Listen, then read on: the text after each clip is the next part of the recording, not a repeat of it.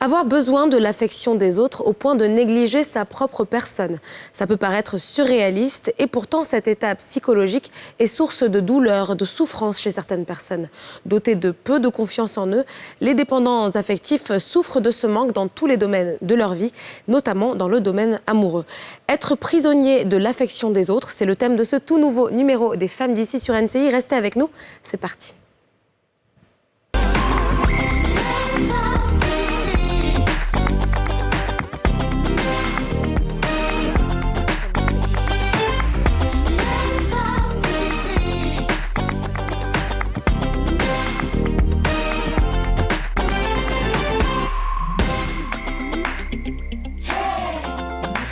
Bonjour à tous et bienvenue dans un tout nouveau numéro des Femmes d'ici sur NCI, votre rendez-vous 100% féminin et 100% franc-parler. Bonjour Didja. Bonjour Annelle. Ça va? Ça va très bien et toi? Écoute, je suis contente d'être en ta compagnie, même si on est un petit peu seul aujourd'hui, c'est pas grave. On va s'en sortir. Ça va aller. Ça va aller. Alors, on parle de dépendance affective aujourd'hui dans les Femmes d'ici. Déjà, ça veut dire quoi pour toi la dépendance affective? Alors pour moi, je pense que comme tu l'as dit dans ton intro, c'est un manque de confiance qui va entraîner le fait qu'on ne voit que son bonheur dans les yeux d'une autre personne. Et tant que cette personne-là nous donne de l'amour, ça va. Mais dès lors que cette personne arrête pour une raison ou pour une autre, on va chercher, on va être maintenant tout le temps collé à la personne, tout le temps vouloir lui parler et tout ça. Et je pense que pour ne pas en arriver là, il faut s'aimer suffisamment. C'est ça. Donc, c'est un exercice à faire, bien sûr. Il y en a qui ont cette capacité-là qui est peut-être innée chez elles et il y en a qui doivent travailler pour... Absolument. Et on se retrouve désemparé à partir du moment où l'affection est retirée, soit dans une rupture, soit même, ça peut être l'affection de la famille, de l'entourage, des parents. Et ce qui est assez... extraordinaire, je ne sais pas si on peut employer ce terme-là, c'est que ces personnes ont tendance à répéter donc, des schémas. C'est-à-dire que ça arrive dans une relation, puis dans une autre, puis dans une autre. Et c'est peut-être au bout d'un certain moment qu'on se rend compte qu'il y a un problème. Se remettre en cause, on se dit, bon, mais je l'aime, quoi. Qu'est-ce qu'il ne comprend pas alors que tu aimes mal? Alors que tu es mal ou dans l'extrême ou dans l'excès et qu'il y a quand même... Enfin, il faut commencer par s'aimer soi. Il faut pouvoir avoir une autonomie, je ne sais pas si je dois dire autonomie, une indépendance émotionnelle qui fait qu'on peut aimer une personne, mais de façon saine. C'est-à-dire qu'on a beaucoup d'amour, on donne beaucoup d'amour, mais principalement à nous-mêmes. Et donc, on peut aimer une autre personne sainement. Mais quand on se regarde, le reflet qu'on a, on n'aime pas son reflet, on n'aime pas sa façon de penser, on n'aime pas qui on est profondément. On a besoin que l'autre soit constamment en train de nous donner de l'amour, de nous rassurer. Et quand il n'y a pas... Et du coup, quand on est seul, on n'arrive pas du tout à... C'est ça, à apprécier même sa propre compagnie. Sa compagnie, exactement. Bon, écoute, Didja, comme d'habitude, on va porter la question sur la place publique. Déjà, on va voir si les personnes qui nous regardent comprennent le concept même de la dépendance affective et ce qui peut entraîner cet état psychologique. On va écouter dans ce micro-trottoir.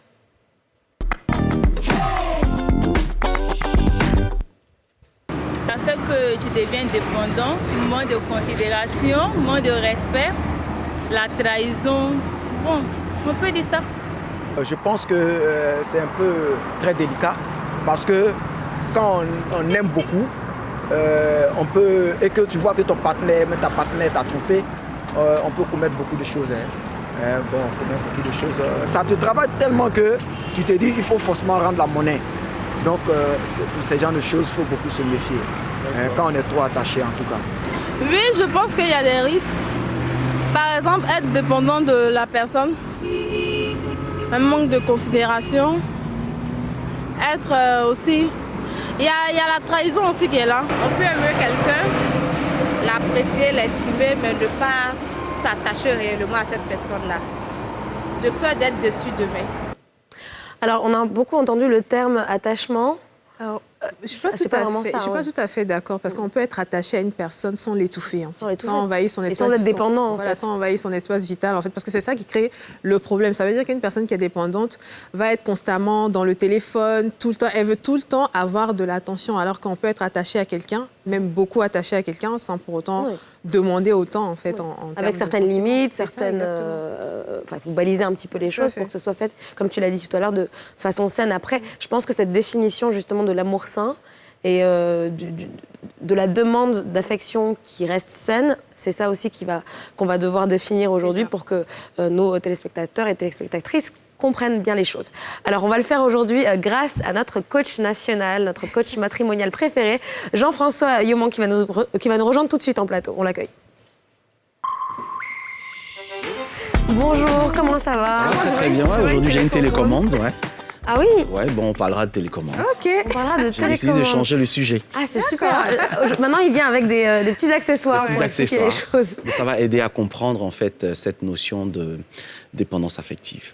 Merci en tout cas d'être avec nous, comme d'habitude, de répondre à l'appel. Alors, je pense que pour commencer à parler de ce sujet, on l'a entendu dans le reportage, enfin dans le micro-trottoir que l'on vient de diffuser, c'est pas forcément clair ce concept, ce principe de dépendance affective pour tout le monde. Donc, on va peut-être commencer par définir les choses.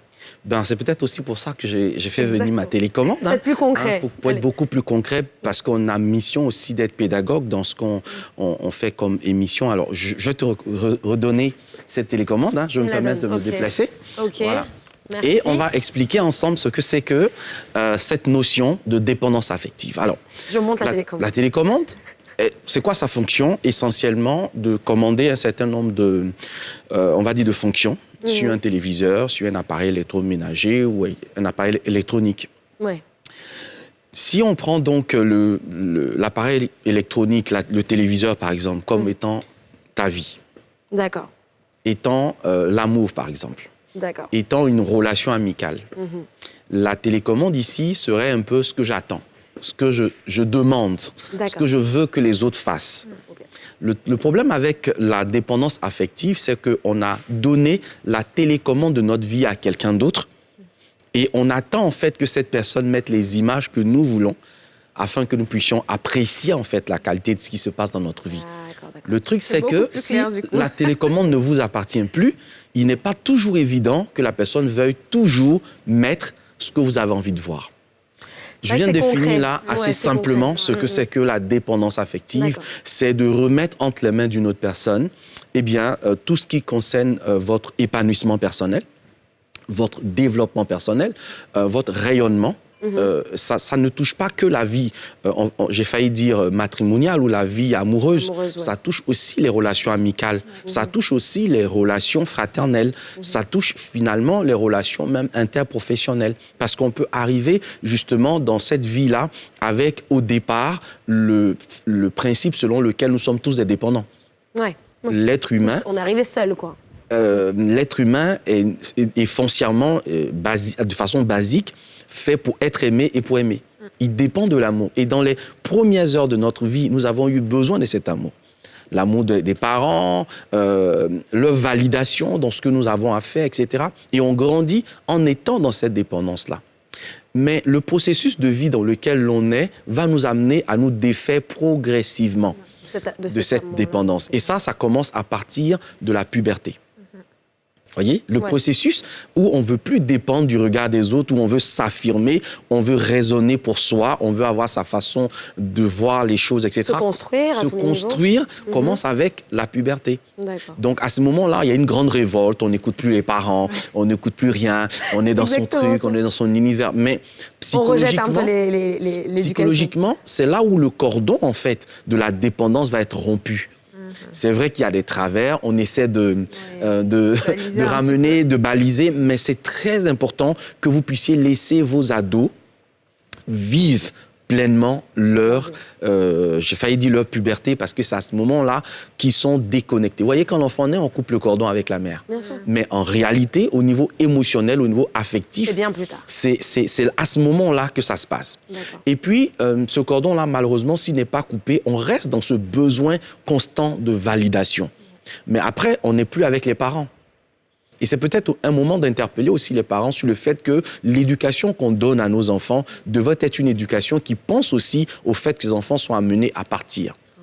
Et il faut accepter en tant que parent le fait de laisser les enfants partir et ne pas développer chez ces enfants-là je failli dire, une prédisposition à la dépendance. Parce que oui, on peut être une cause finalement. Exactement, exactement. C'est-à-dire que plusieurs personnes qui vivent dans la dépendance affective le sont parce que, finalement, ils ont eu des parents trop... ils ont trop couverts.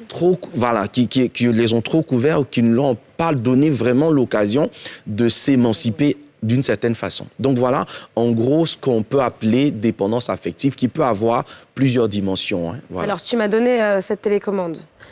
Et comme tu dis, l'objectif, c'est de demander à l'autre de répondre à nos attentes.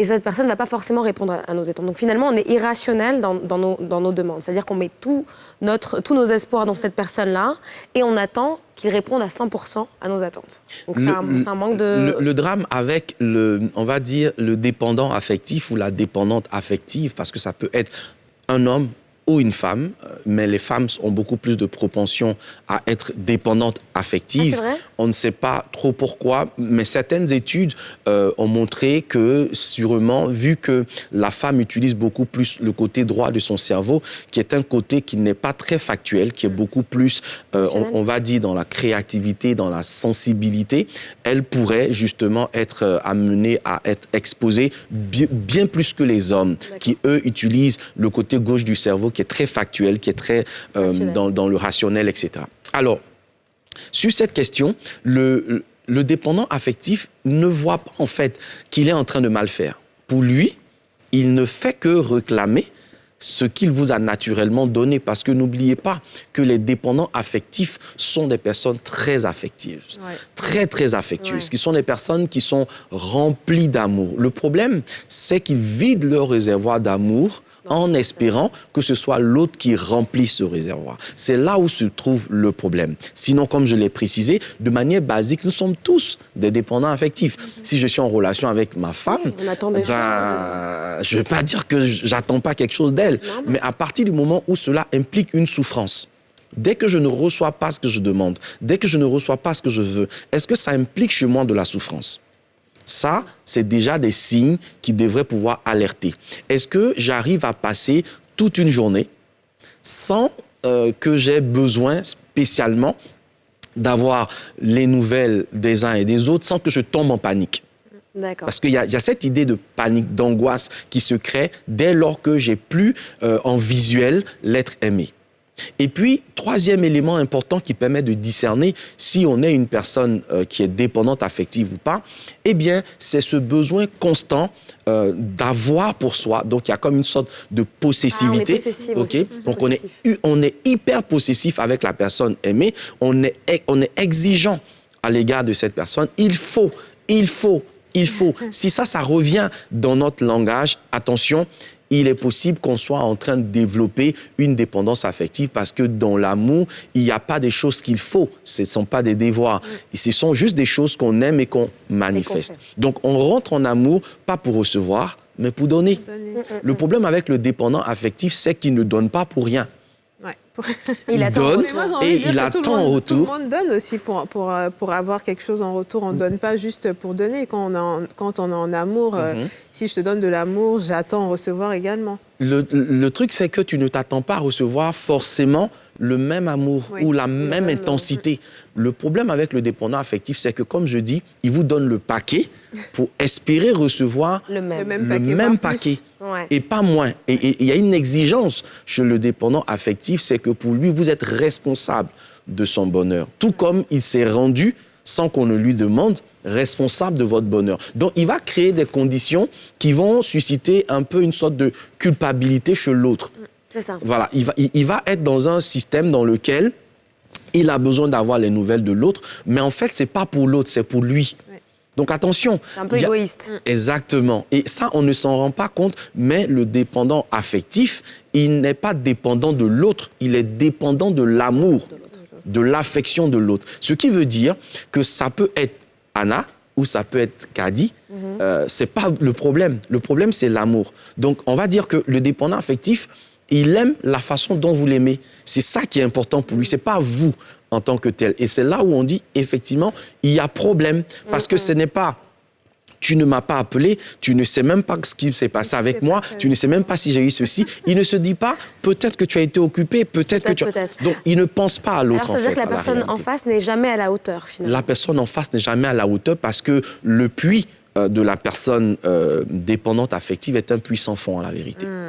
On n'est jamais satisfait. Peu importe ce que vous ferez, vous ne serez pas capable parce que plus vous donnez, plus elle en demande. Eh bien, pourquoi? Parce que son puits est sans fond et qu'il ne peut jamais être totalement garanti. Tout à l'heure, vous avez parlé du fait qu'il faut se détacher, enfin que les parents donnent de l'espace à leurs enfants. Mais est-ce qu'il n'y a pas d'autres causes qui peuvent entraîner, par exemple, des déceptions amoureuses ou des trahisons amicales, par exemple, qui peuvent réveiller cette dépendance-là chez les gens? En effet, Kadi, comme je le disais tout à l'heure, je parlais des choses basiques. Vraiment là où on est logé à la même enseigne. À la naissance, tout le monde est dépendant affectif jusqu'à sa puberté. Mais après, il y a les circonstances de la vie. Par exemple, un enfant qui a connu une séparation brutale et qui a été choqué par le rappel à Dieu ou par la rupture, divorce des parents, peut développer cette dépendance affective parce qu'il y a un manque qu'il va aller rechercher dans sa relation avec les autres. Il y a effectivement les ruptures. Mais là, on va parler en fait du cercle vicieux chez la personne dépendante affective. Pourquoi? Il y a un postulat qui dit « ce que je crains est ce qui m'arrive. Ce que je redoute est ce qui m'atteint ». Donc, c'est une loi, en fait, selon laquelle on va attirer, effectivement, on va attirer à soi la chose à laquelle on pense le plus, en bien ou en mal. Le dépendant affectif, il a peur de perdre. De l'abandon aussi. Voilà, il a peur de perdre l'affection. Et je répète, ce n'est pas la personne qui a peur de perdre. D'accord, oui, c'est vraiment le fait d'être... l'affection. Il a peur de ne plus être le centre d'intérêt. Il a peur de ne plus être aimé. Il a peur de ne plus voir son reflet dans les yeux de l'autre. Du coup, qu'est-ce qui va se passer? Il va être invasif. Il va occuper, et j'ai bien aimé ton expression qu'a dit, c'est-à-dire qu'à un moment donné, il va envahir l'espace vital de l'autre. Parce que son espace ne lui suffit pas. Il va prendre aussi l'espace chez l'autre. Et le problème, c'est qu'il ne peut pas y avoir de vie possible en dehors du dépendant affectif chez le partenaire, par exemple, vers les enfants. Chez le partenaire, vers les parents. Oui. Chez le partenaire, vers les amis. Donc, il y a une forme de contrôle, OK? On va dire, il y a un esprit de contrôle, de tout contrôler, mais de surcontrôler même parfois ce que fait le partenaire. Et des fois, on va entrer dans des sortes de suspicions. Toutes choses qui vont fragiliser l'écosystème de la relation. Je ne suis pas en couple pour finalement être privé de ma liberté. Oui. Et ça, c'est un postulat très important. On entre en couple pour être plus épanoui. Bien sûr. Et pourquoi? Eh bien, parce qu'on est déjà épanoui. Et c'est en fort de ce qu'on est épanoui, fort de ce qu'on s'aime soi-même, fort de ce qu'on est conscient de la valeur qu'on a, qu'on va partager. Donc, l'amour, c'est bien cela. Chez le dépendant affectif, il n'a pas ça. Il ne s'aime pas, en fait. Et il ne s'apprécie pas. Il ne connaît pas sa valeur. Le dépendant affectif ne sait pas prendre du temps avec lui-même. D'ailleurs, il s'ennuie quand il est seul. Ouais. Le dépendant affectif va créer toutes sortes de problèmes parce que pour lui, une sortie qui aurait pu permettre d'aller prendre une glace ou aller au cinéma, etc., ou aller à la plage, ce sont des activités qui sont impossibles à être menées seules par le dépendant affectif parce que pour lui, il n'arrive pas à aller à la plage depuis 1 an parce que son partenaire n'est pas disponible. Et elle n'arrive pas à aller au cinéma parce que son partenaire ne peut pas le faire. Mais est-ce qu'on a besoin d'un partenaire particulier? Absolument pas. Pour avoir une vie, ben oui. Mais il faut apprendre à le faire. Apprenez. Peut-être que dans les solutions, on reviendra là-dessus. Oui. Mais si vous ne savez pas apprécier du temps de qualité seul, vous ne serez jamais capable de pouvoir partager un temps de qualité avec quelqu'un d'autre. Alors, ce qui est intéressant, c'est que moi, j'avais un peu... j'étais partie du postulat que le dépendant affectif est plutôt la victime. Mais la façon dont tu l'expliques, on a l'impression qu'elle peut être aussi, finalement, un prédateur, un peu la personne qui va contrôler l'autre et qui va la contraindre. Et peut-être, on dira que les raisons qui ont favorisé ou qui ont induit cette dépendance affective peut expliquer si on a en face une victime ou un bourreau. Quand je parle d'un enfant qui a été éduqué comme un enfant roi, à qui on passe tous les caprices, à qui on accorde tout, il va grandir avec un ego démesuré, mais il est dépendant affectif. Sauf qu'il a un ego démesuré, donc il a un orgueil surdimensionné qui fait que même quand il dépend de l'autre, il va créer des conditions pour subordonner. En ce moment, on n'est pas une victime, on est bourreau. Mais il crée des conditions, en fait, pour que la personne reste. Et allant même jusque parfois à refuser que la partenaire ait des amis, quitte son boulot parce qu'il ne voit pas exactement ce que ce boulot-là lui apporte d'extraordinaire pour qu'elle soit tout le temps absente. C'est ça. Donc, il va casser un peu la vie sociale et professionnelle de sa compagne pour pouvoir la maîtriser, en fait, pour l'avoir pour soi. Pourquoi? Eh bien, parce qu'en étant là, elle va lui passer tous ses caprices. Donc ça, c'est un aspect du dépendant affectif bourreau. Mais il y a le dépendant affectif qui est victime. En général, c'est consécutif à des ruptures amoureuses ou à une rupture dans laquelle on était vraiment investi. Vous savez, il y a des ruptures qui arrivent, c'est pas pour être méchant, mais à la limite, c'est... OK, quoi. Oui, c'est la fin du monde. Je m'aime très bien, oui. Voilà. J'attendais tellement que ça arrive. Mais il y a des ruptures qui arrivent à des moments où on ne sait pas ce qu'on a fait. On ne sait pas qu'est-ce qui se passait. On a perdu l'autre. Oui, on est dans un vide, j'ai failli dire émotionnel, où on se dit, qu'est-ce qui n'a pas marché? On recherche. On est un peu bloqué, en fait. Pourquoi? Parce qu'on a tout bien fait et on ne sait pas ce qui se passe. Et à ce moment-là, quand on entre dans une... Parce qu'on est fait forcément pour être avec quelqu'un, peu importe le temps que ça va prendre, mais quand on guérira de ce goumin, on va être amené à se mettre avec quelqu'un. Et à ce moment-là, la dépendance affective va être une construction étape par étape. Pourquoi? Besoin d'être sûr que celui avec qui je me mets ne me fait pas le même coup. Et c'est là où on va tomber dans la dépendance affective parce qu'on a besoin de validation. On a besoin qu'ils nous disent qu'ils nous aiment. D'être rassuré. Dis-moi que tu m'aimes, rassure-moi, pose des actes, dis, fais ci ou ça, pour que je sois sûr que tu es vraiment avec moi. Donc, il y a ce besoin de validation qui ne tourne plus autour de la vie on va dire du dépendant affectif, mais qui tourne autour de la relation elle-même.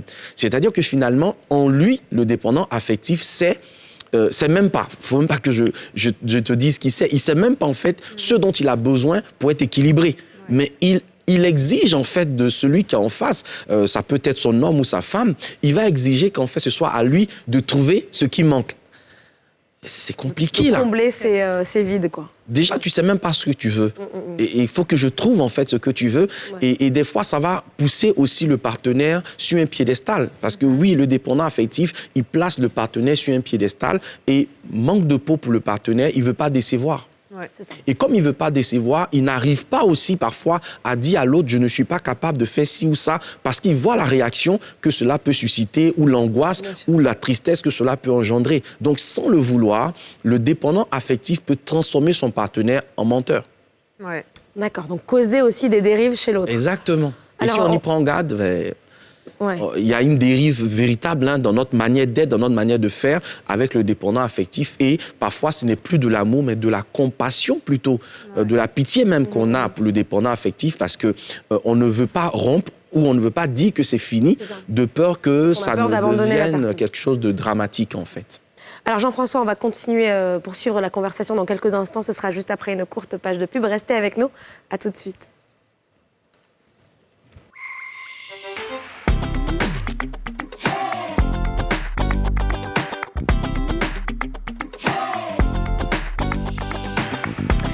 Bienvenue à vous si vous nous rejoignez sur le plateau des Femmes d'ici sur la nouvelle chaîne ivoirienne. On parle de la dépendance affective aujourd'hui avec notre coach matrimonial national, Jean-François Yoman. Donc la dépendance affective, autrement dit, le fait d'être prisonnier de l'affection des autres ou d'un autre.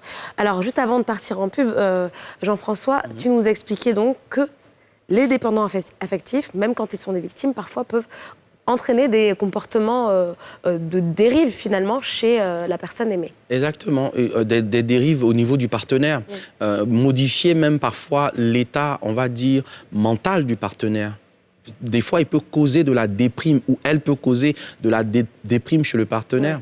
Parce que à partir du moment, par exemple, où je me retrouve à bosser, par exemple, de 8 heures jusqu'à très tard, pour vous qui êtes dans la com, etc., vous comprenez, le dépendant affectif va avoir une attitude envers son conjoint ou sa conjointe qui est de l'ordre de tu préfères ton travail à moi. Oh là là. Mais en général, c'est pas à moi, c'est à notre relation. Il faut faire très attention. Dans le discours du dépendant affectif, ce qui est plus important, c'est l'amour, la relation, pas la personne.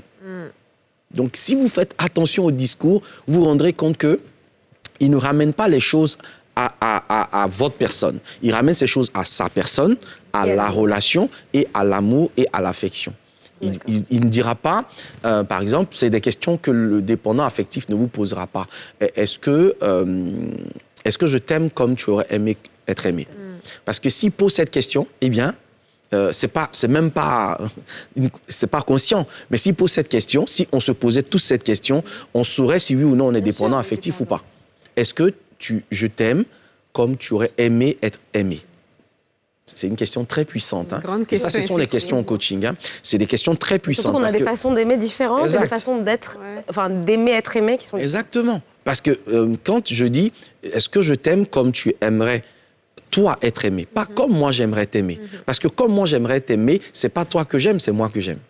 À travers ma manière de t'aimer. Donc du coup, ce qui est important, c'est pas toi, c'est le rôle que tu joues dedans. Tu es un acteur. Donc, à la vérité, c'est pas que je t'aime toi. Je vis quelque chose qui me fait du bien. Ça aurait pu être, comme j'ai dit, ça aurait pu être toi, ça aurait pu être quelqu'un d'autre, n'importe qui d'autre. C'est ce que tu me procures qui m'intéresse. À partir de ce moment-là, je suis dans une relation qui est biaisée. Donc, je ne fais plus attention, en fait, aux souffrances de l'autre. Je ne fais plus attention, en fait, aux dépenses d'énergie. Cette dépense d'énergie qui peut être aussi mentale. Parce que des fois, on est fatigué mentalement d'être toujours en train de répondre à des questions qui ne rassurent pas. Et d'être dans la validation constante. Le dépendant affectif ne supporte pas que l'attention ou l'affection soit même portée aux enfants. Oui. Alors ça arrive du coup qu'on ait par exemple une mère ou un père qui sont jaloux de la façon dont, par exemple, la mère s'occupe des enfants. Pourquoi? Parce qu'il estime qu'il y a une partie de l'affection qui lui revient de droit, qui est conférée aux enfants, et ça peut aller très très loin. Chez certaines espèces animales, par exemple, dont l'araignée qu'on appelle la veuve noire, elle peut aller jusqu'à tuer son mari pour la façon dont il s'occupe des enfants. Donc, vous voyez que c'est révélateur aussi de la manière dont une personne peut estimer que vous ne devriez pas pouvoir aimer vos parents plus qu'elle, par exemple. Donc, elle va se positionner dans toutes les... Est-ce que c'est dangereux, finalement? Oui, c'est dangereux. C'est dangereux pour deux raisons. Premièrement, c'est dangereux dans le sens où la personne souffre. Elle est en souffrance permanente. Donc, elle a un niveau de stress qui est toujours en alerte. Donc, ça peut dériver sur des troubles psychiques graves, parce qu'il y a des dépressions qui peuvent être consécutives à ce type de situation. Ça peut la pousser, on va dire, à des attitudes qui parfois peuvent être des attitudes de névrose. Elle peut être amenée parfois à blesser, à agresser, à séquestrer dans certains cas l'être aimé. Et la plupart, en fait, on va dire, de certains tueurs en série. On entend souvent des histoires où il a enfermé pendant de nombreuses années des personnes avec lesquelles il était en relation, etc. C'est parce que, justement, il y a cette peur que l'autre s'en aille. Donc, on peut arriver à des dérives vraiment graves. On peut arriver même parfois, dans certains cas, à raconter des choses autour de la personne qu'on aime pour faire en sorte que l'entourage fuit. Pour l'isoler des autres. Voilà, pour l'isoler, pour se retrouver. Dans sa démarche et dans sa façon de faire, on va dire que le dépendant affectif ressemble un tout petit peu à un névrosé, à quelqu'un qui ne va pas bien du tout. Voilà, et parce qu'il veut créer constamment ce besoin de sécurité entre lui et ce qu'il vit. Et quand surtout la relation se passe hyper bien, ça peut être encore plus dramatique. Vous voyez comment c'est grave. Et ça, c'est le deuxième volet. Comment tu penses que tu es dans une relation qui devrait marcher super bien et ça te crée plus de problèmes parce que tu es dans l'idéal, en fait. Tu as la personne qu'il faut, tu as son attention, tu as sa disponibilité, et plus la personne va se rapprocher de ce que tu recherches vraiment, et plus tu vas avoir peur de la perdre. Et donc, tu vas poser des actes. Et en fait, tu vas saboter la relation. Voilà, il y a ce complexe du saboteur ou le syndrome du saboteur qui va faire qu'il va poser des actes qui vont faire partir la personne, alors qu'au fond, son but n'était pas que la personne parte. Donc, vous voyez comment c'est difficile, en fait, de vivre cette vie de dépendant affectif. Oui, mais on parle beaucoup du concept de confiance en soi qui est parfois très abstrait. Comment est-ce qu'on fait, finalement, pour s'aimer de sorte à ce qu'on puisse aimer une autre personne, mais vraiment sainement? et que les barrières, l'espace vital de chacun puisse être respecté, et l'équilibre de chacun. C'est tellement intéressant ce que tu nous dis là, parce que c'est un des remèdes, en fait. C'est une des thérapies qu'on va proposer à la personne qui souffre de la dépendance affective. C'est un autre postulat, mais je pense qu'il est emprunté des Saintes Écritures. Hein. Tu aimeras ton prochain comme toi-même. Donc, ça veut dire que la mesure d'aimer les autres, c'est la mesure avec laquelle on mesure l'amour qu'on a pour soi. Donc, il y a une dimension dans la confiance en soi qui est bâtie, en fait, sur d'autres aspects. La confiance en soi rime avec l'image de soi. Donc, si j'ai confiance en moi, j'aime mon image, j'aime l'image que je renvoie, je m'apprécie à ma juste valeur. Il n'y a pas de narcissisme. C'est pas du narcissisme ou de l'égocentrisme. Okay. Quoi. Et je vais finir aussi même par aimer, attention, dans l'amour, dans l'image de soi, je vais finir par aimer l'image que je dégage. Oui. Est-ce que je suis trop petit? Ce n'est pas un problème pour moi. Je m'aime comme ça. Est-ce que je suis trop grand? Je m'aime comme ça. En fait, peu importe l'image que mon miroir, joli miroir, dis-moi, voilà, peu importe l'image que je renvoie, je vais aimer cette image-là. Je ne vais pas chercher, en fait, à modifier cette image ou à avoir quelqu'un pour venir compléter mon image, comme si mon image était imparfaite sans quelqu'un ou mon image était incomplète sans quelqu'un d'autre. Après l'image de soi, on va avoir l'estime de soi, qui est un élément essentiel de la confiance en soi. Dans l'estime de soi, c'est quand on vous dit, par exemple, de 0 à 10, donnez-vous une note. 9,50. 9,50, par exemple. Pourquoi T'as pas raison, 10? tu as raison. Pourquoi pas 10? Parce que je pense que la perfection n'existe pas. Ça n'existe pas, ouais. D'accord. Oui, parce que je pense qu'on est tous des work in progress, comme on dit. De 0 à 10, combien tu te donnes? Ouais, je pense que je dirais un truc comme ça, pareil, 9, 9,50. Ouais, 9, 9,50. En tout cas, j'ai une estime de moi qui est au beau fixe sur ma façon. 11. Waouh! Et donc ça, c'est pas du narcissisme, justement? Mais parce que justement, le 11, c'est ce que j'aimerais devenir. En mieux. Vivre ma vie en mieux. Coacher en mieux. Être toujours en mieux sur vos plateaux, par exemple. Donc, il y a cette dimension de se dire, pourquoi pas? Parce qu'il y a des personnes, si vous les mettez sur une rangée de chaises, elles ne s'asserront jamais au milieu. Elles chercheront toujours à s'asseoir juste dans les angles ou juste derrière. On ne voit pas ça ressemble à de la modestie, mais c'est un manque de confiance en soi. C'est ce que j'allais dire. Ça ne peut pas être du respect aussi, se dire, bon, peut-être qu'il y a d'autres personnes qui vont se placer là. C'est voilé derrière ces choses-là. Prends la place que tu estimes méritée, en fait. Okay. Donc, il y a cette question de l'estime. Je m'estime à ma juste valeur. Si je me surestime, ce n'est pas bon. Si je me sous-estime, ce n'est pas bon. Mais je m'estime. Et je sais que j'ai cette valeur-là. Et d'où ça vient? Ça vient de ma formation, ça vient de mes résultats. Vous savez qu'il y a des personnes qui font de bons résultats, de bons chiffres, et qui sont toujours en train de dire ça là, c'est moi-même.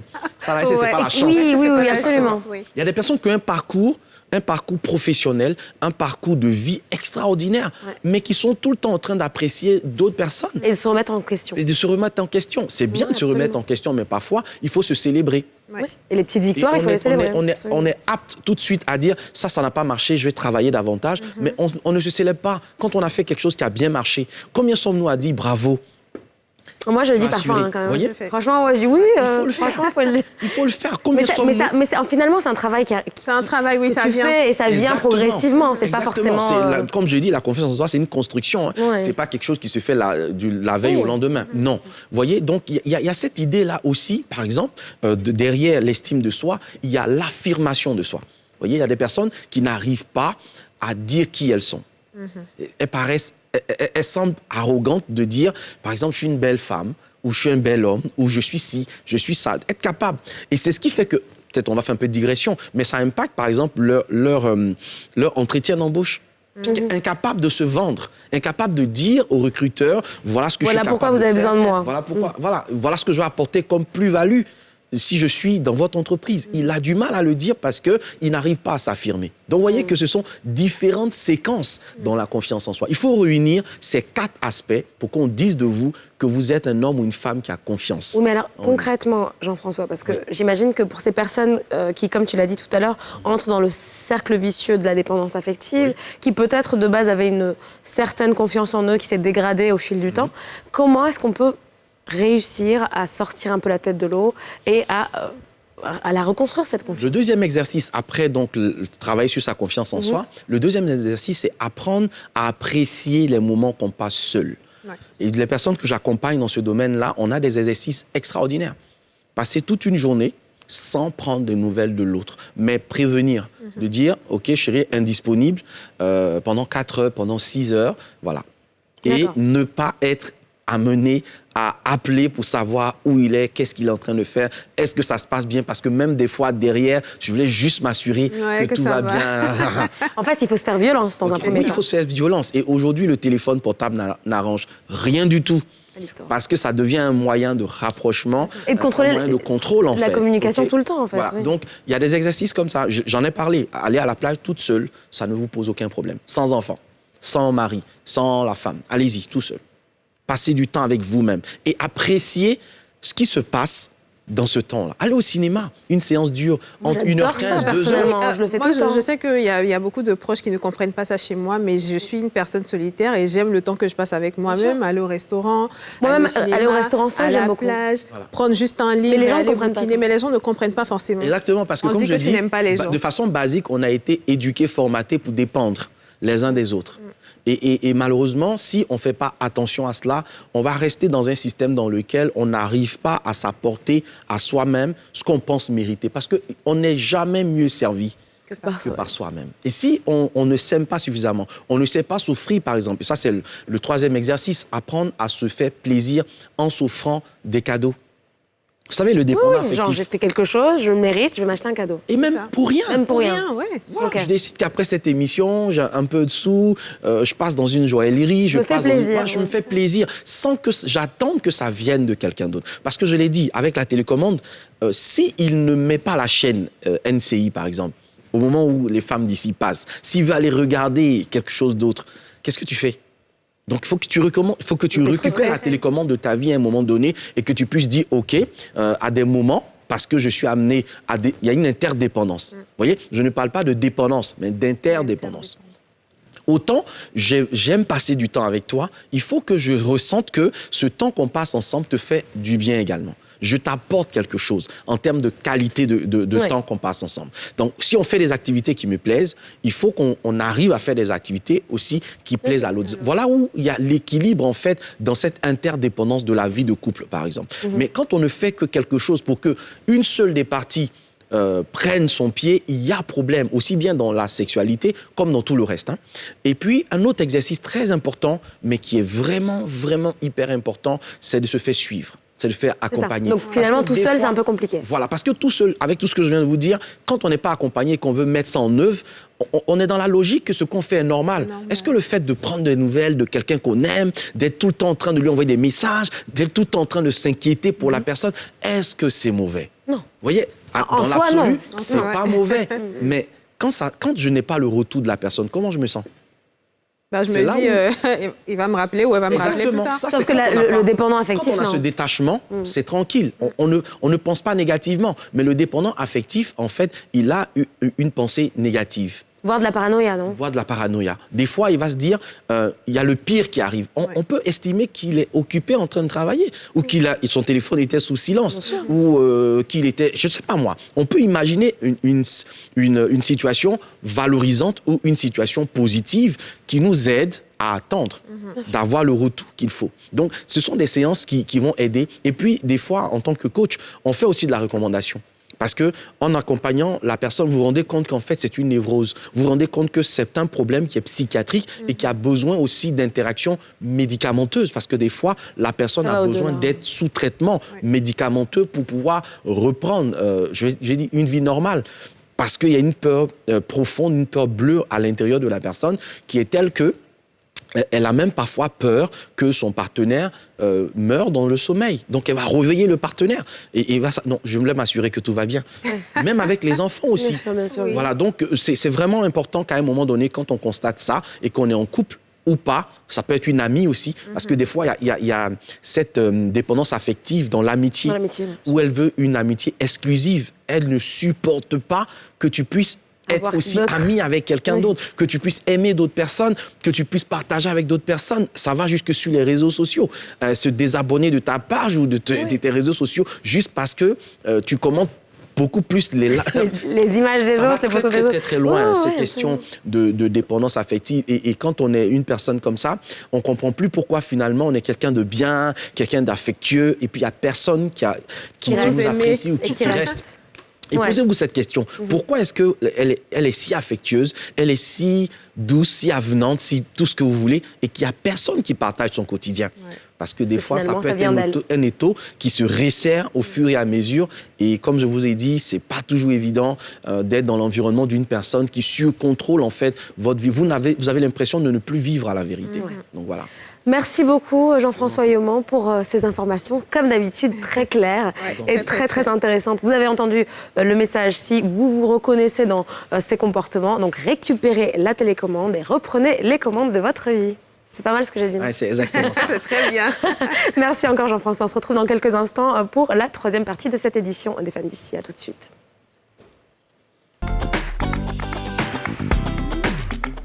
Bienvenue à vous si vous nous rejoignez sur le plateau des Femmes d'ici sur NCI. Les Femmes d'ici, c'est du lundi au vendredi dès 13h05 sur la nouvelle chaîne ivoirienne, le numéro 4 de la TNT et 204 du bouquet Canal. On va à présent passer à la Minute Culture de Didja qui va nous parler d'une sortie Netflix très attendue. C'est dans la Minute Culture tout de suite. Alors Didja, qu'est-ce qu'on attend? On attend Lupin, la saison 2, qui va sortir le 11 juin. Je ne sais pas si tu as vu la saison 1. Je l'ai vue. D'accord. Je crois en 2 jours, quelque chose. Oui. Très rapidement. Ça se regarde très rapidement. Effectivement, donc c'est l'histoire de Hassan Diop qui a perdu son père, qui s'est suicidé parce qu'il a été accusé à tort par la famille qui l'employait. Donc ça, c'était un immigré sénégalais qui est allé vivre à Paris avec son fils et qui était donc le chauffeur de la famille Pellegrini. Et donc, il a été accusé à tort, emprisonné, et puis il s'est donné la mort. Donc, son fils, 25 ans plus tard, décide, au travers de son héros, donc qui est Arsène Lupin, de se venger de ce monsieur-là et de rétablir la vérité et l'honneur de son père. Donc, je vais vous laisser regarder la bande-annonce de la saison 2 et puis Sherlock Holmes. On est absolument d'accord. Voilà, avec un peu, on ne sait pas si c'est vraiment de la magie, il y a de l'action. C'est ça. Voilà, et je trouve que les Français se fâchent un peu en termes de production, même de qualité de production. Ça a l'air... Enfin, c'est bien fait, c'est bien tourné. Tout à fait. Après, moi, je suis une grande fan d'Omar Sy. Il a tellement de charisme, il est tellement beau gosse. Ensuite, on va passer à un film qui s'appelle Everything But a Man. Donc, Tout sauf un homme. C'est une Américaine, une avocate, qui a une brillante carrière, qui a tout le confort matériel, mais qui galère dans les relations amoureuses. Et ce qui va se passer, c'est qu'elle va tomber amoureuse de son jardinier. Et ça va créer beaucoup de problèmes avec pour raison leur différence de classe sociale. Et d'âge aussi, non? Et d'âge un petit peu. Ouais. Et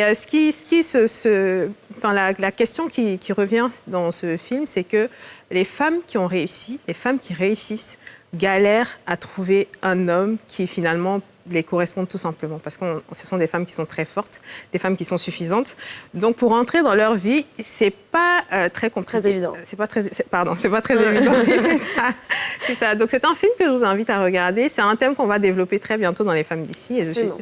Et d'ailleurs, c'est un thème qui revient souvent. Qui revient très souvent. Est-ce que les hommes ont peur des femmes puissantes? Est-ce que... Personnellement, je ne pense pas, mais on va en parler. On va en parler une autre fois. On va en parler une autre fois. Donc, je vous invite à regarder ce film et à nous dire ce que vous en pensez. Est-ce que vous pensez que les femmes impressionnent les hommes au point de les repousser? Et puis, nous, on en reparlera très bientôt. Voilà. Merci beaucoup, Didja, pour cette minute culture très intéressante, comme d'habitude. On va à présent passer à notre portrait du jour. Elle est jeune, elle est passionnée de cinéma. Elle s'appelle Sonia Guiza et c'est notre portrait donc dans le Miroir 2, c'est maintenant. On l'accueille tout de suite en plateau.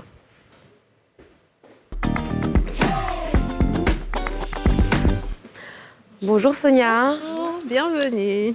Bienvenue sur le plateau des Femmes d'ici, ça va? Ça va, ça fait bizarre d'être de ce côté du plateau. Mais c'est vrai, parce que vous aussi, vous êtes une personnalité de la télé, donc d'habitude, c'est vous qui posez les questions. Ouais, exactement. Alors ça fait quoi, du coup, d'être de l'autre côté? Bizarre. Un peu stressant, mais c'est cool. Ouais, c'est bien aussi. Ouais, ça fait du bien.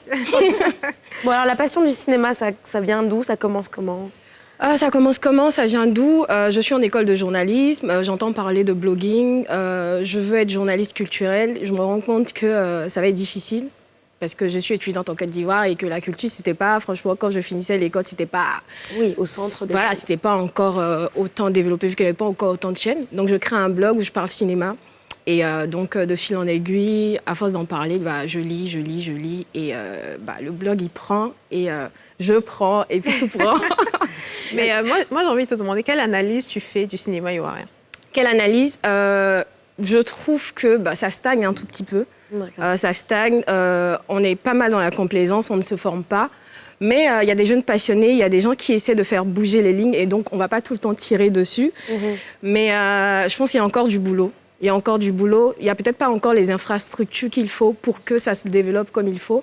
Mais il y a des gens qui essaient de bosser avec les moyens qu'ils ont. C'est ça. Donc, on ne peut qu'encourager en tout cas. Alors justement, le terme qui revient souvent, les termes qui reviennent souvent quand on parle avec d'autres acteurs ou d'autres professionnels du cinéma en Côte d'Ivoire, c'est justement ce manque de moyens. Alors est-ce que, à votre avis, si on a le talent, on peut se débrouiller quand même avec ce qu'on a pour faire quelque chose de qualité, ou est-ce qu'il faut quand même mettre les moyens pour arriver à faire grandir l'industrie cinématographique ivoirienne ? Je pense qu'il faut mettre les moyens, mais je pense qu'il faut surtout l'accompagnement. Par exemple, dans le cinéma ivoirien, je trouve que le privé ne s'investit pas comme il devrait.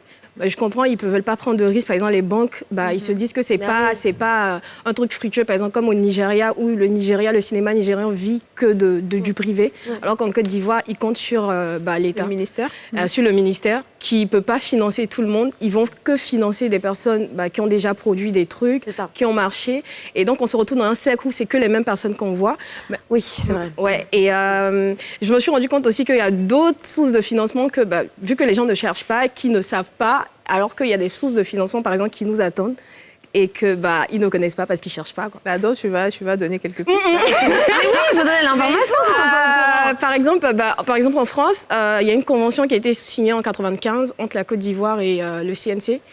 Qui permet à un film ivoirien, c'est-à-dire normalement pour bénéficier de ce financement-là, il faut qu'il y ait une coprode française où normalement la France est majoritaire.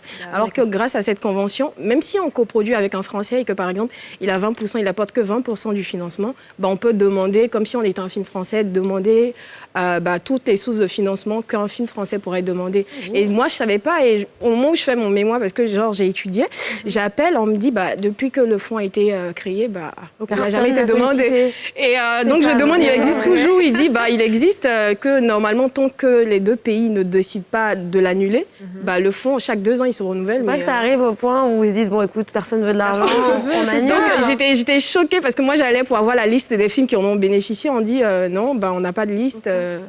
Et j'ai trouvé ça chaud quand même. Mais est-ce que le problème, finalement, du cinéma ivoirien, c'est pas aussi la distribution ? La distribution, oui, aussi. Parce que, mais après, j'ai envie de dire c'est la qualité parce qu'on ne distribue pas. Moi, je suis distributeur, je vais pas venir distribuer un truc, tu vois, sur le marché international qui n'est pas compétitif. Mais en même temps, avec les moyens que les gens ont, ils font ce qu'ils peuvent. Après, ils vont vendre à des chaînes de télé et le film, il n'arrive pas à vivre comme il devrait. Alors que, par exemple, dans certains pays, un film, il a une vraie vie. C'est-à-dire, lorsque le film il sort, il va d'abord avoir une vie en salle, ensuite en DVD, ensuite il va aller sur les non, Netflix encore, c'est 36 mois après. Ouais. Donc, il va aller sur les chaînes payantes, ensuite sur les chaînes publiques, ensuite aller sur Netflix, mais vraiment après. Donc, le film, il a eu le temps sans compter qu'il va passer dans les autres pays.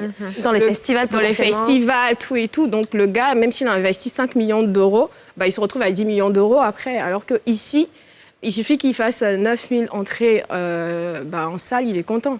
Il se dit, oui, j'ai fait un carton box-office. Alors que c'est vrai ? Box-office, c'est genre autour de 9 000. Je ne sais pas les chiffres. Je sais que là, il y a le gendarme d'Abobo qui a fait plus de 22 000, 20 000, qui a fait pas mal. Apparemment, ça fait plus d'entrées même que Black Panther. Mais en Côte d'Ivoire. Ok, d'accord. En Côte d'Ivoire, mais je ne sais pas en Afrique combien ça a fait, mais ça a bien marché, par exemple, en Côte d'Ivoire. D'accord. Dans le cinéma, on parle souvent de la réalisation et tout ça, mais et les acteurs en eux-mêmes? Moi, je sais que tu t'es fait taper un peu dessus sur les réseaux sociaux parce que tu t'en as pris à des acteurs, mais je veux avoir ton avis, le regard extérieur que tu as avec l'expérience que tu as. Ce que tu penses des acteurs?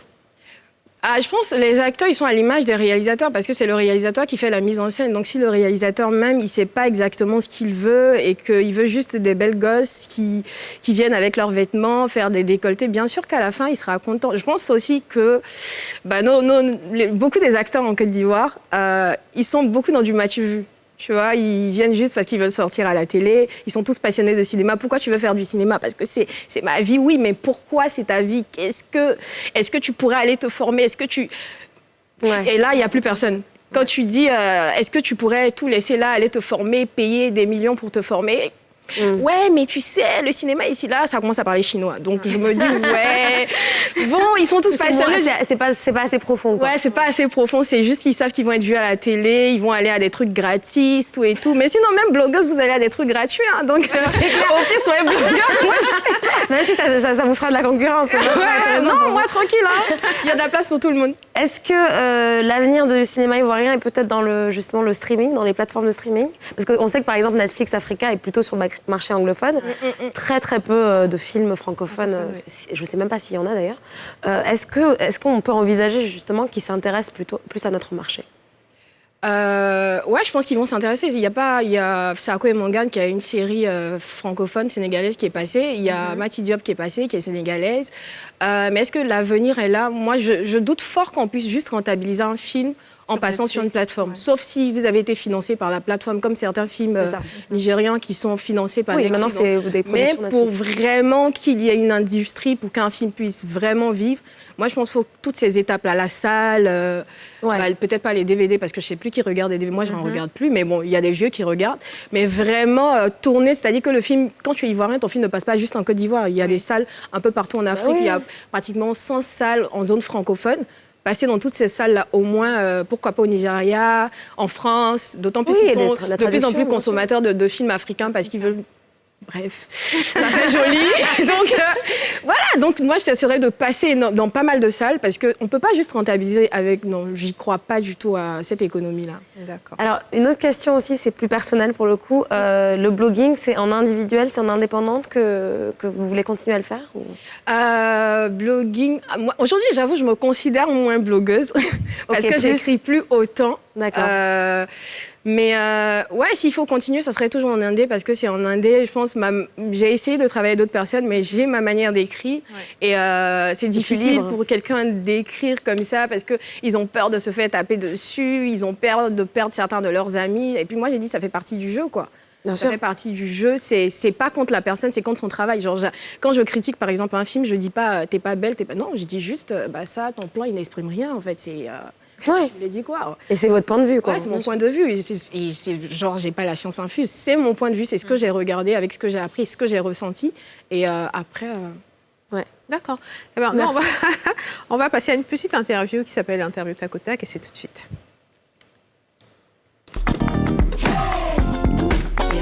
Donc, je vais te poser une série de questions. Il va falloir répondre le plus rapidement possible. D'accord. Okay. Piscine ou plage? Plage. Thé ou café? Café. Chauve ou barbu? Chauve. Quelle question! C'est du personnel, ça. C'est trop de choses. Grand ou musclé? Comment? J'ai pas entendu. Grand ou musclé? Les deux. Abidjan ou Paris? Abidjan. Talon ou basket? Talon. Ville ou village? Ville. Et ton plus grand rêve?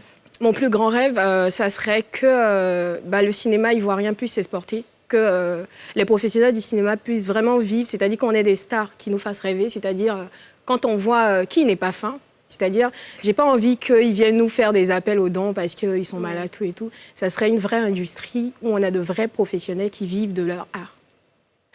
Merci beaucoup. Alors, on ne va pas vous laisser partir tout de suite. Je tiens juste à dire que cette interview tac au tac était très personnelle. Très personnelle. C'est la première fois qu'on demande chauve ou barbu. Non, c'est trop de choses sur moi, c'est musclé ou grand. Voilà, c'est vraiment, on sent qu'il y a quelque chose ici. Bon, on va vous garder un petit peu, si vous le permettez. On revient dans quelques instants pour la dernière partie de cette édition avec le Sans Tabou. À tout de suite.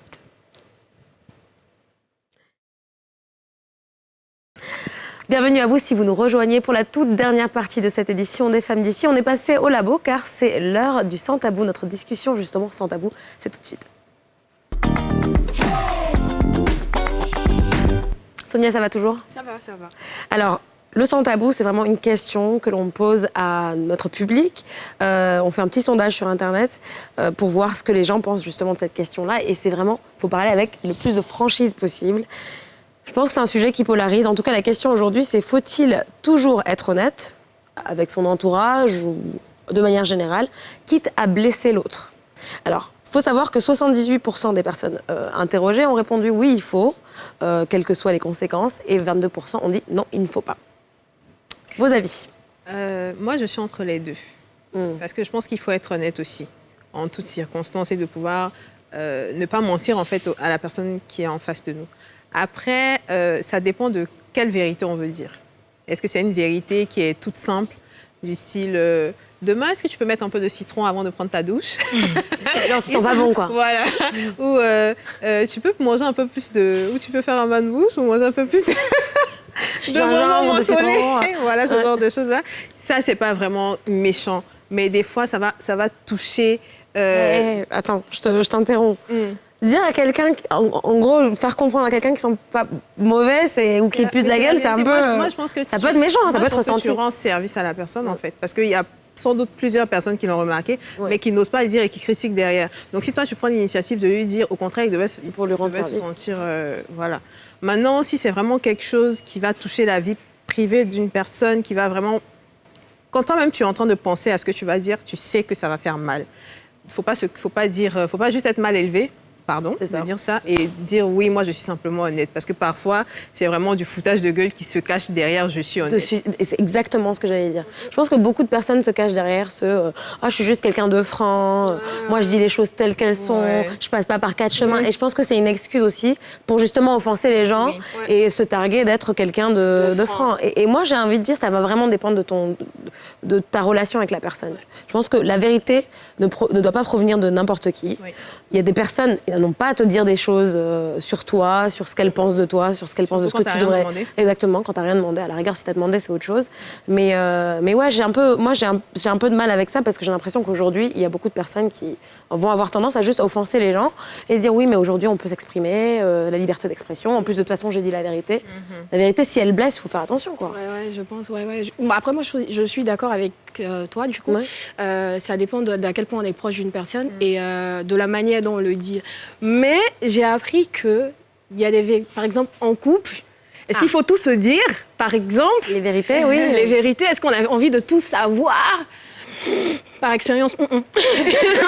Je pense que tu touches du doigt quelque chose d'important parce que si tu blesses la personne avec qui tu es, ça peut avoir un vrai impact sur votre relation. Un vrai impact, mais après, comme elle a dit, si c'est quelqu'un, ça pue, bon, t'as fait une bonne haleine, faut juste trouver la manière. Tu vas pas lui dire mange du bonbon, je sais pas, lui offrir du bonbon. Je sais pas comment tu vas lui dire ça autrement. C'est ça en fait. Il y a des choses, on peut pas dire. Parce que dans tous les cas, il va comprendre le message. Il va comprendre. Je pense que si tu offres un bonbon à la menthe à quelqu'un tous les jours, arrivé un moment, il comprend. Ouais, alors peut-être que tu as une boîte de bonbons à la menthe, t'en prends toujours. Mais tu vas acheter des bonbons, là. C'est toi qui vas acheter. En fait, c'est toi qui vas acheter, toi tu vas perdre. En plus, c'est toi que ça met mal à l'aise. Et c'est pour autant ton bien que le bien de la personne. Donc, vraiment, voilà quoi, frère. Bon, alors par exemple, en couple, comme tu t'as parlé du couple il y a quelques instants, disons que ton chéri a pris du poids. C'est un exemple comme un autre, ça aurait pu être autre chose. Et que, du coup, la façon dont tu le vois, peut-être t'es moins attiré parce qu'il a pris beaucoup de poids et que ça fait un petit moment maintenant. Tu n'as rien dit, tu as laissé le temps passer. Bon, maintenant, là, à un moment donné, t'es moins attiré par la personne, ça vous affecte. Tu lui dis ou pas? Si on vit ensemble, je vais commencer par changer le régime alimentaire à la maison. Donc, sans parler, plutôt par tes agissements. Dans un premier temps. Et puis, l'inviter, par exemple, à faire une séance de sport avec moi. D'accord. Voilà. Donc sans non, ça, tu es gentil avec ton compagnon, mais les gens... ça bouge sans pas. Ça bouge sans pas. Du coup, je vais l'inviter à faire du sport avec moi, aller marcher, ce genre de choses-là qui vont l'inciter à faire une activité physique, sans pour autant dire... parce que moi, en tant que femme, si mon compagnon me dit « tu es grosse, machin », je vais très mal le prendre. Surtout nous, les femmes, je pense que je vais pas lui dire tu es gros, tu as un gros ventre, bon, même si c'est la vérité. Ouais, tu n'es pas obligé de dire tu es gros. Tu dis pas tu es gros. Ah, toi, c'est ta bonne manière. Après, je sais même pas comment tu dis ça. Ouais, moi, je pense que c'est ton problème qui est là. C'est mon problème. Non. C'est-à-dire que si j'ai envie de dire quelque chose, ça sort comme ça sort. Tu veux pas trouver les... Il y a la manière, en dehors de ce que tu as dit, parce que tu peux changer le régime alimentaire. Il va dire non, moi, je veux manger de la malbouffe, et puis tu veux... Je sais pas pourquoi il faut manger du jour au lendemain, manger sauce graine. Tu veux qu'on mange des feuilles, quoi. Donc, moi, je pense au partenaire... c'est ton partenaire, donc tu dis la vérité, mais avec la forme. Pas que tu as un gros ventre, non. Mais chérie, tu sais, ça fait un moment, je trouve que tu as pris du poids. Tu sais, je suis plus étrangère. Il y a des choses qu'on peut plus faire. Ça affecte mon désir. Oui, ça affecte. Non, mais non, c'est en mode, tu sais, il y a des choses, j'aimerais te faire, c'est dur. Quand tu vas lui dire, je pense qu'il va comprendre. Tu vois. Après, ça va forcément blesser. Oui, mais... Il y a certaines choses que tu le dis. Oui, ça va blesser, mais ça va moins blesser que... Tu as Hugo, arrête de boire de bière. Non, moi je suis d'accord. Et je pense que de toute façon, à un moment donné aussi, dans la relation, on devrait pouvoir se dire les choses. Ouais. On devrait pouvoir les dire, même si il faut mettre les formes, effectivement. Ouais, relation amoureuse, relation amicale. Ça sert à rien d'être avec une personne si on peut pas lui dire la vérité, en fait. Dans son entourage, faut pouvoir être honnête sans blesser. Il faut pouvoir dire la vérité, trouver la façon de dire la vérité à ses amis. Voilà, même quand tu trouves... Parfois, on est là, on a des amis qui sont hyper envahissants, mais on ne sait même pas comment dire. Ouais. Tu vois. Faut trouver la petite méthode pour... écoute, je suis occupée, tu peux me rappeler à ces heures-là, machin, pour vraiment... mettre les limites, quoi. Voilà, c'est ça. Même si la vérité est bonne à dire. Non, je suis d'accord. La vérité est bien mieux que le drap, comme on dit. Mais après, parfois, les femmes, nous, on est un peu hypocrites. Par exemple, tu vas dire... Je fais des généralités, mais tu vas dire, tu vas mettre les formes pour dire à ton homme qu'il a pris du poids et tout ça. Mais moi, par exemple, je sais que si j'ai pris 1 kilo, je sais déjà peut-être que j'ai pris 1 kilo. J'ai pas besoin que tu me le dises. Et en fait, j'ai envie que tu me mentes. C'est ça. Non, sur vous, c'est pas votre cas. J'ai grossi. Tu sais que c'est une question piège. Tu sais que c'est une question piège parce que toi, tu sais que t'as grossi. Tu le ressens, mais tu veux que la réponse en face soit non. Et d'ailleurs, beaucoup d'hommes en général mentent parce qu'ils savent que c'est les problèmes qui arrivent. Elle dit rien parce que je pense qu'elles ne sont pas concernées. Moi, franchement, à ce niveau, au contraire, j'essaie de reprendre du poids. Oui, c'est pour ça. Après, pour une autre femme, ça peut être parce que tu as l'impression d'avoir maigri. Enfin, quel que soit le petit point sur lequel tu es sensible, tu n'as pas envie que ton compagnon le mentionne. Non. Moi, ça va, franchement. Il ne faut pas dire pardon. Comment ? Est-ce que j'ai grossi? Non, t'es parfaite. C'est parfait. Ça me va très bien. Et puis tu vas continuer à prendre du poids. Ah non. Non, mais à partir du moment où tu sais, tu vas commencer à faire attention. Mais dans le regard de l'autre, tu as envie que ce soit te trouve belle, qu'il te trouve parfaite. Parce que le moment où il te dit ça, juste après, ça touche ton ego aussi. Ouais, c'est clair. Tu vas plus t'alimenter. Je sais pas voilà. Ça va changer un petit peu ta façon d'être et tout. Ouais. Bon, merci en tout cas les filles. Merci à vous de nous avoir suivis. Et on espère que vous avez trouvé cette conversation intéressante. N'hésitez pas, comme d'habitude, à partager votre point de vue avec nous, notamment sur notre page Facebook, la nouvelle chaîne ivoirienne, donc sur Facebook. Et puis on se retrouve demain pour un tout nouvel épisode des Femmes d'ici. Merci encore, Sonia. Merci à vous. Ciao.